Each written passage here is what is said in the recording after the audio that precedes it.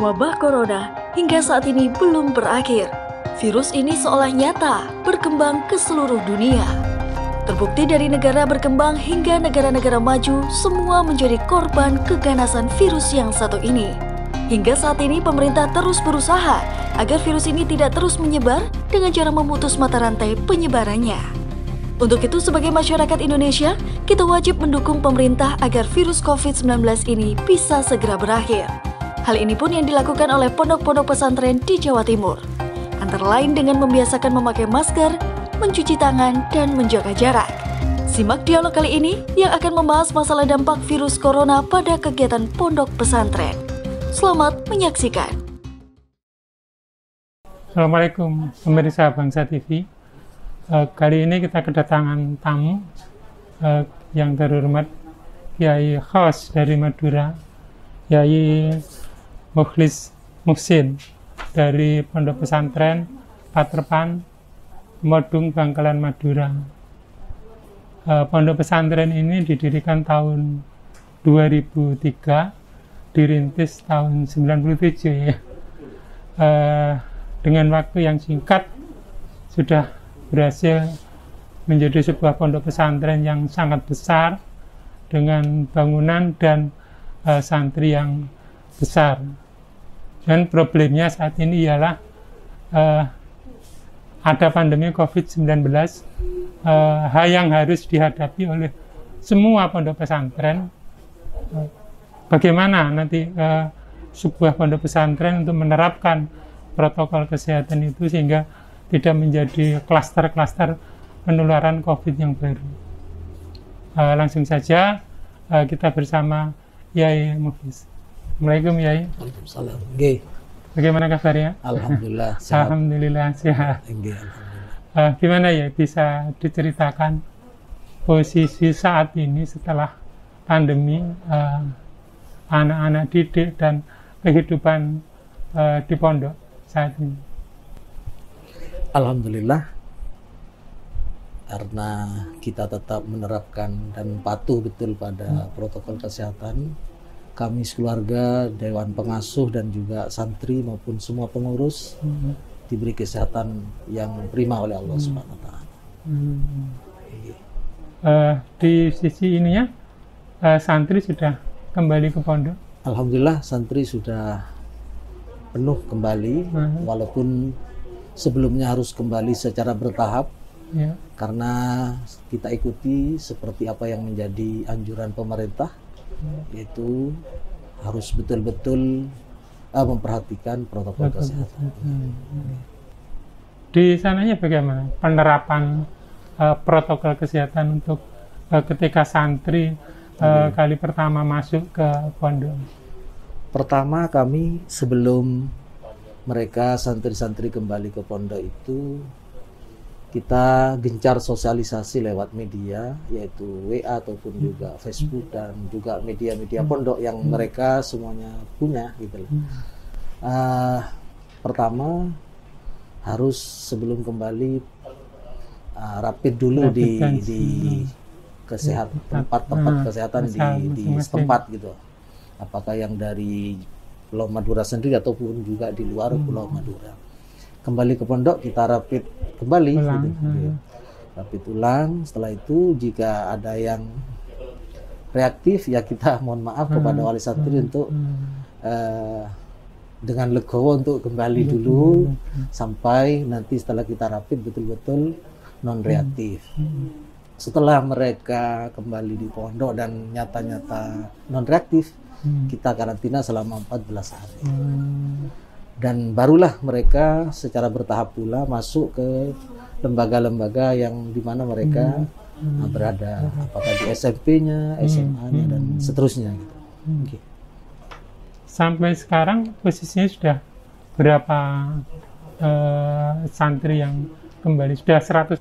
100% sudah. Alhamdulillah 100%. Mulai dari tingkat SMP, SMA, SMK, Sanawiyah dan Aliyah. Dan juga termasuk yang mereka ada di perguruan tinggi dan mereka memukim di pondok juga semuanya kembali. Kalau untuk yang di pondok ya, ada pengunjung dari pihak keluarga dan lain sebagainya? Jika ada pengunjung dari wali santri atau Wali santri, juga saudara-saudaranya, kita kasih suatu tempat yang memang mereka sekiranya bisa mengikuti protokol kesehatan. Mereka juga harus dites dulu, harus menyertakan surat pernyataan sehat dari itu harus kita ikuti semua itu. Gitu. Wajib ya? Wajib. Khawatir ada penularan yang seperti itu. Artinya tanpa menyertakan syarat protokol kesehatan itu mereka tidak boleh datang ke pondok? Ya, kami tidak perbolehkan. Karena kita sudah mempersiapkan santri dengan begitu ketatnya agar tidak menjadi klaster-klaster di pondok pesantren dalam COVID-19 ini.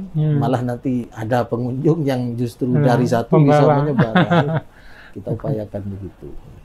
Di Jawa Timur kan ada kasus di Magetan, kemudian di Banyuwangi ada kekhawatiran. Ya, mungkin kami tidak tahu persis di sana bagaimana cara penerapannya. Cuma memang kadang-kadang yang bikin pondok pesantren ini ada penularan seperti itu biasanya kurang ketatnya dan tidak patuh pada protokol kesehatan. Alhamdulillah di tempat kami sampai saat ini masih semuanya sehat. Alhamdulillah. Dan di samping itu, Mas, juga kami setiap selesai sholat maktubah, sholat zuhur, asar, maghrib, setelah itu kita adakan doa.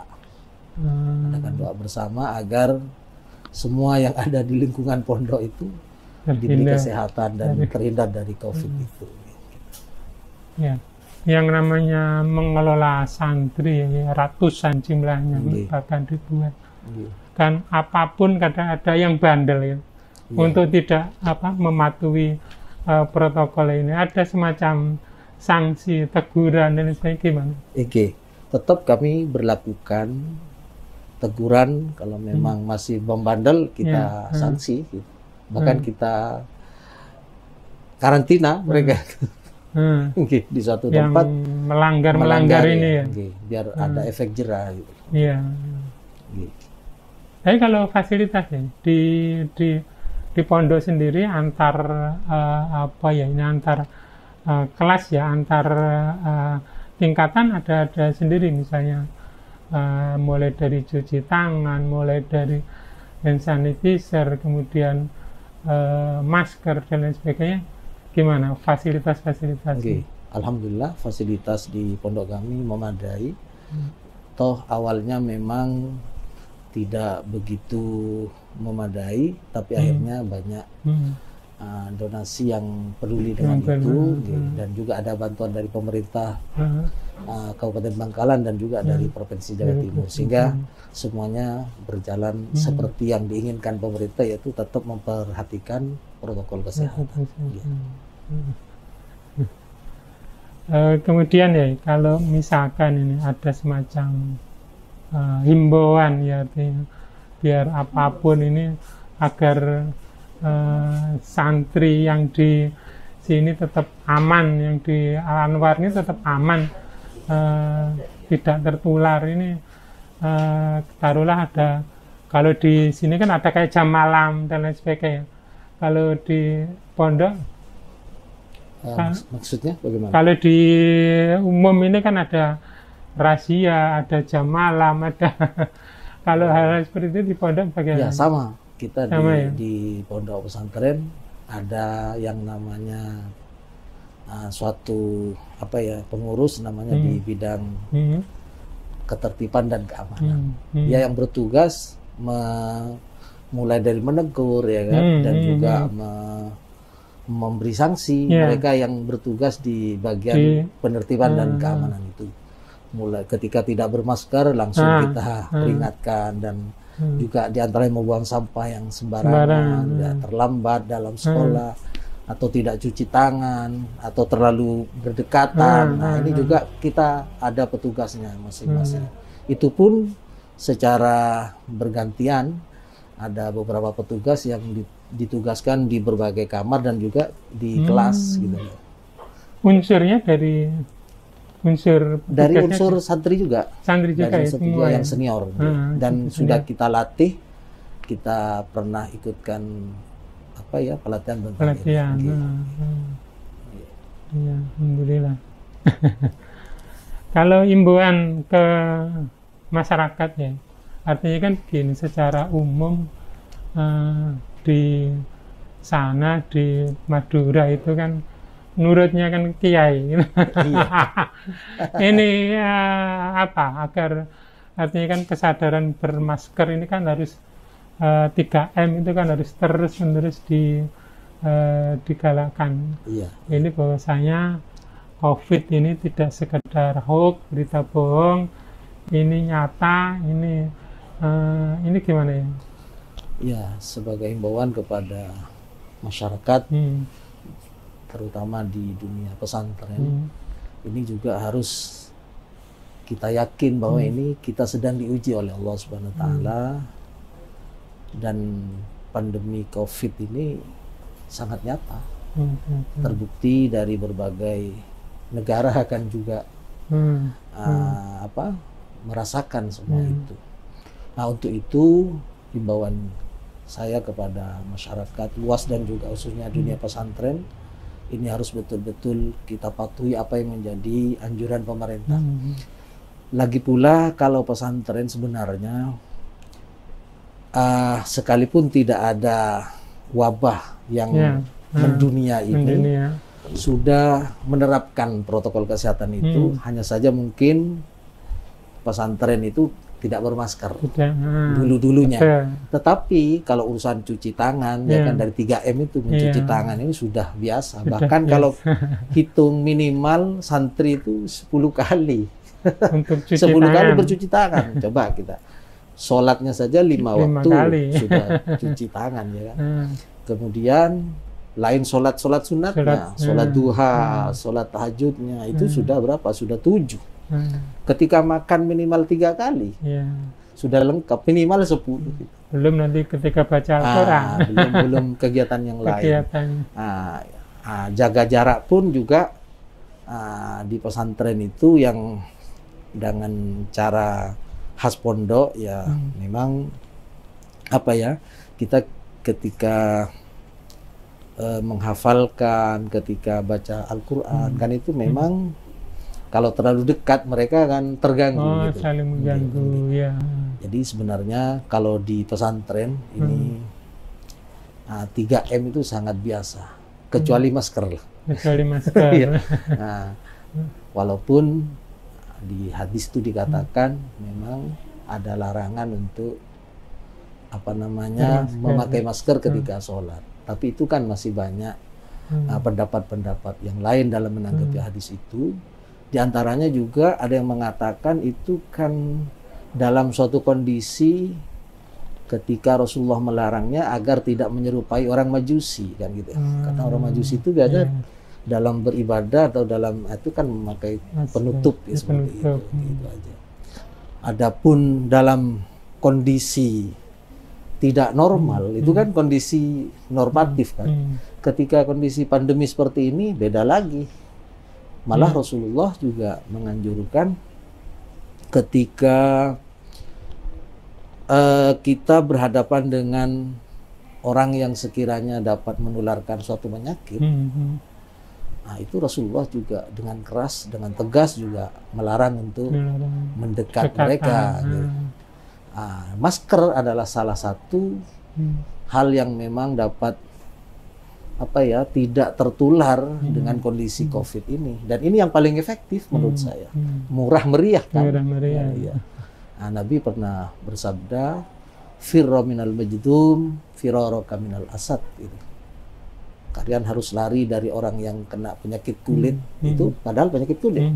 Firaraka minal asad, bagaikan kalian, bagian Anda menemukan seekor singa, larinya dan harus menghindarnya itu bagaikan kita menemukan seekor singa. Sudah bisa dibayangkan, begitu aturan agama. Jadi sebenarnya aturan pemerintah ini sangat relevan dengan aturan agama. Hmm. Dan dunia pesantren khususnya ini telah melakukannya dari awal walaupun tidak ada COVID ini. Makanya lebih baik pondok pesantren ini ketika sudah berjalan kembali melakukan apa yang dianjurkan agama itu sudah insya Allah aman. Ya, tapi pada faktanya ketika itu di masyarakat umum kan masih sangat susah sekali untuk meyakinkan masker, disuruh cuci tangan, kapan makan cuci tangan terus kan, kan selalu ada hal yang seperti itu. Padahal kalau harusnya gimana ya, kalau kita kan harus percaya kepada ahlinya, sesuatu itu kan harus diserahkan pada ahlinya. Yang seperti yang menyarankan ini kan juga seorang ahli dari sisi medis ya gitu. Ya inilah memang tugas kita bersama kepada tokoh masyarakat, kepada semua pimpinan-pimpinan ormas dan juga di kalangan kampung-kampung ini juga terus kita gencar sosialisasi ini karena mereka sering dan menjadi kebiasaan tidak melakukan itu. Padahal dari sisi agama seperti yang kita sampaikan tadi, orang bagaimanapun juga tanpa ada COVID ini sudah cuci tangan dan menerapkan itu. Lagi pula dalam kondisi yang seperti ini banyak polusi dan macam sebagainya. Ini kan juga perlu menutup dengan masker ini gitu. Tinggal kita tidak putus asa mensosialisasikan itu. Memang banyak yang bandel, khususnya di Madura. Di Madura ini agak sulit, agak sulit. Karena mereka beranggapan dulu-dulunya sudah begitu gitu, tidak pakai alat penutup ini. Kalau kembali ke Al Anwar ya, kan kabar terakhir itu kan ada gratis yang menggratiskan, otomatis kan ini untuk siswa wali santri yang kurang mampu. Ini dari sisi nanti dikembalikan ke COVID, mereka difasilitasi terhadap mereka yang seperti itu. Alhamdulillah. Ini sebenarnya kembali ingat pada sejarah Pondok Pesantren Al Anwar itu sendiri ya. Di tahun 97 dan sampai 99 itu kan marak-maraknya kita kejadian sampit dan sambas. Mulanya Pondok Pesantren Al Anwar ini hanya menampung mereka-mereka yang menjadi korban sampit dan sambas. Hanya 7 waktu itu. 7 santri. Ada 7 santri dan itu adalah ex pengungsi sampit. Lah mulai itulah kemudian bertambah dan alhamdulillah waktu itu Bapak Bupati Bangkalan Bapak Fatah Abdul Fatah itu mendaulat saya sebagai ketua paguyuban pengungsi sampit di Kabupaten Bangkalan waktu itu. Dulunya termasuk dari sampit ya? Kenapa? Dari sampit. Kalau saya enggak kan asli. Bangkalan. Cuma karena itu akhirnya banyak orang-orang yang ingin mendermakan itu lewat kita. Disitulah akhirnya kiprah saya untuk banyak berkolaborasi dengan orang yang mau berdonasi itu. Disitulah awalnya ada orang mukim di situ. Baru 2003, alhamdulillah ada yang banyak mukim, baru kita dirikan dan kita resmikan Pondok Pesantren Al Anwar itu. Jadi resminya tahun 2003 gitu. Berdiri secara resmi dan sudah ada kelas. Ada kelasnya. Sebelumnya belum ada. Dan waktu itu sempat saya khususnya dan istri itu bercita-cita ingin mendirikan suatu lembaga pondok pesantren lah. Walaupun tidak terbayang seperti sekarang yang sudah sampai ada perguruan tingginya, itu menginginkan untuk menampung orang-orang yang miskin, orang yang tidak punya, seperti juga yang kena korban kerusuhan sampit itu. Tapi alhamdulillah sejalan dengan perjalanan waktu banyak orang yang simpati Sehingga orang yang mukim itu ada yang banyak menanggung biaya hidupnya. Dari itu awalnya, gitu loh Mas. Lah bertambah dan bertambah, terus kita komitmen setiap yang mondok, setiap yang di rumah tidak akan kasih pembiayaan apapun. Alhamdulillah sampai kita dirikan awalnya itu Sanawiyah Aliyah. Sanawiyah itu berdiri tahun 2003 dan diresmikan oleh Bupati Bangkalan RKH Fuad Amin. 2007 kita resmikan Aliyah, yang waktu itu datang presiden keempat yaitu Ki Haji Abdurrahman Wahid, beliau yang meresmikan Aliyah di tempat. Tambah kuat kita bahwa ternyata semuanya ini berjalan dengan tanpa diduga dan banyak orang yang memberikan donasi kepada kita.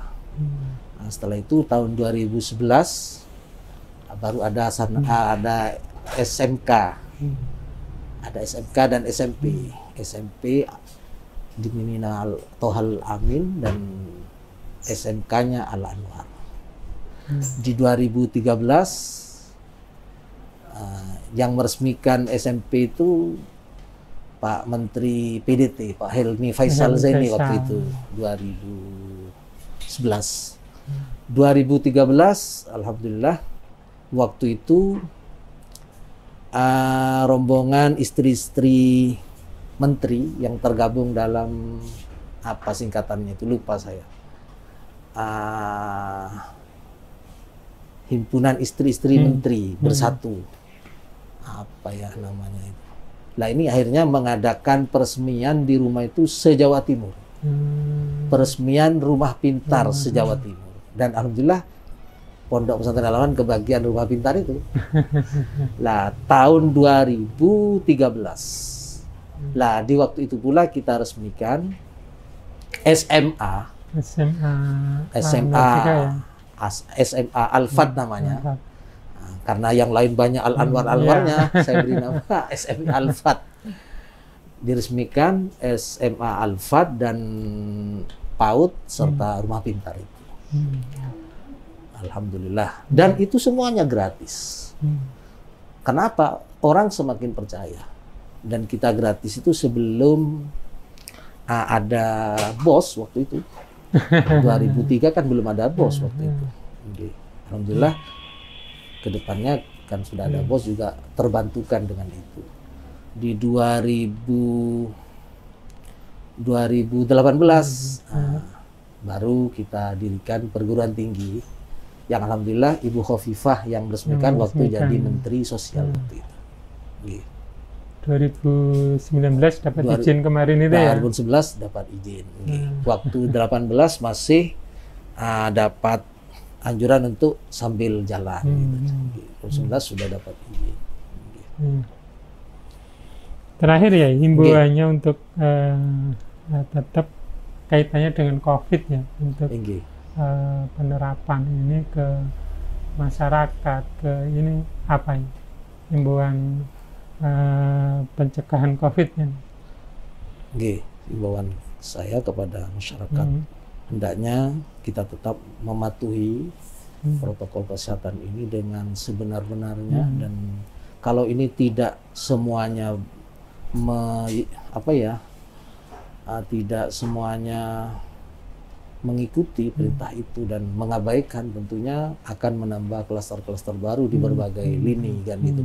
Untuk itu yakinlah bahwa apa yang dianjurkan pemerintah ini adalah hal yang sangat benar dan tepat untuk memutus mata rantai COVID-19 ini. Untuk itu mohon kesadaran kepada masyarakat agar ikutilah apa yang menjadi saran pemerintah. Itu aja. Terima kasih. Sama-sama. Demikian pemirsa Bangsa TV, wawancara khusus kita dengan Yai Mukhlis Muhsin, MH, pengasuh sekaligus pendiri Pondok Pesantren Al Anwar Paterpan, Modung, Bangkalan, Madura. Pada intinya ketika kita menyinggung soal pencegahan COVID-19, itu kitalah yang menjadi garda terdepan untuk pencegahan COVID-19. Jangan sampai apa yang dilakukan oleh Satgas COVID yang keliling ke seluruh Indonesia, kemudian dan tenaga nakes sebagai benteng terakhir itu jebol gara-gara kita yang tidak disiplin dalam menerapkan protokol kesehatan. Demikian, terima kasih. Assalamualaikum warahmatullahi wabarakatuh.